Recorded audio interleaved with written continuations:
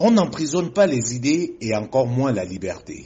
Non, Maurice Kamto, Christian Penda Ekoka, Valsero, Michel Ndoki et les autres ne sont pas des prisonniers.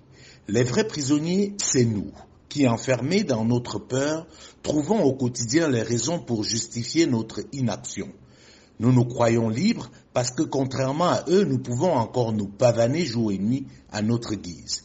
Mais au plus profond de nous, nous savons que nous faisons semblant. Nous ne sommes pas libres. Car au fond, c'est quoi la liberté? C'est quoi être libre si on ne peut pas dire ce que l'on pense? Non, les opposants aujourd'hui en prison au Cameroun ne sont pas des prisonniers. Les vrais prisonniers, ce sont leurs oppresseurs qui sont au pouvoir. Ils sont obligés d'instrumentaliser la justice pour combattre des adversaires politiques. Ils sont obligés de se mentir à eux-mêmes. Au fond d'eux, chacun connaît où se situe la vérité et le bon sens. Mais par peur ou par simple instinct de survie, ils préfèrent faire semblant de soutenir un régime proche de l'agonie. Les vrais prisonniers, ce sont ces magistrats qui refusent de dire le droit et préfèrent suivre le droit de la force à la force du droit.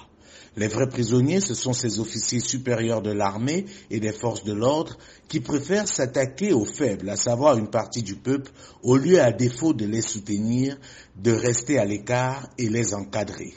Les vrais prisonniers, ce sont ces autorités administratives qui violent délibérément la Constitution par allégeance à un régime au détriment du peuple, véritable détenteur de la souveraineté nationale.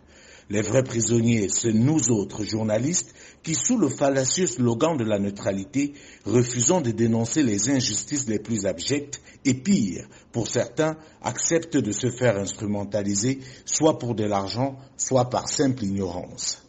Les vrais prisonniers, ce sont ces gens obligés de se cacher derrière les réseaux sociaux, le plus souvent avec des faux profils, pour exprimer leur aigreur et leur rancœur. Les vrais prisonniers, ce sont ceux qui se laissent dominer par leur haine et s'enferment dans l'extrémisme. Les vrais prisonniers, ce sont ceux qui pensent aimer le Cameroun plus que d'autres. Les vrais prisonniers, ce sont ces pseudo-opposants, obligés de se transformer en chauves-souris pour exister. Non, les prisonniers politiques du Cameroun ne sont pas ceux que l'on croit. Eux, ils sont libres. Ils sont libres dans leur tête. Et au fond, c'est ça être un homme libre. C'est parce qu'il était libre dans sa tête que Nelson Mandela a choisi de faire 27 ans en prison. C'est parce qu'ils étaient libres dans leur tête que Ruben Umniobe, Castor Osende Afana, Félix Roland Moumié, Ernest Wandié et les autres ont choisi de mourir. C'est au nom de leur liberté que Patrice Lumumba, Thomas Sankara ont donné leur vie en sacrifice pour leurs compatriotes. Non, on n'enferme pas les idées et encore moins la liberté. Un homme libre est plus important et plus audible en prison car les idées pour lesquelles il a été enfermé résonnent encore plus fort et atteignent même ceux qui n'étaient pas directement concernés. Sans l'emprisonnement de Nelson Mandela, la lutte contre la politique d'apartheid en Afrique du Sud ne serait pas devenue une cause mondiale. Non, on n'enferme pas la liberté. On la retarde, on l'étouffe, on la viole, mais elle triomphe toujours. Oui, le Cameroun, ce n'est pas l'Algérie, ce n'est pas le Soudan. Le Cameroun, c'est le Cameroun. C'est pour cela qu'au lieu de fantasmer sur ce qui se passe ailleurs, nous devons nous poser les bonnes questions.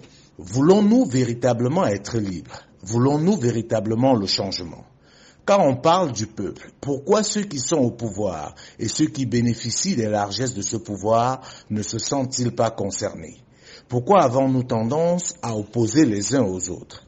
Qu'on soit président, ministre, magistrat, militaire, policier, commerçant, du RDPC, du MRC, du Nord, du Sud, de l'Est ou de l'Ouest, nous faisons tous partie du peuple camerounais. En Algérie et au Soudan, les magistrats et l'armée ont fait le choix de suivre la majorité du peuple. La question centrale n'est donc pas à quand le tour du Cameroun.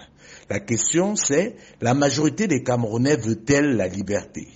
Quand la réponse à cette question sera définitivement oui, il n'y aura plus de camp. Il y aura juste un peuple majoritairement épris de liberté et personne ne pourra l'arrêter car on n'arrête pas la liberté.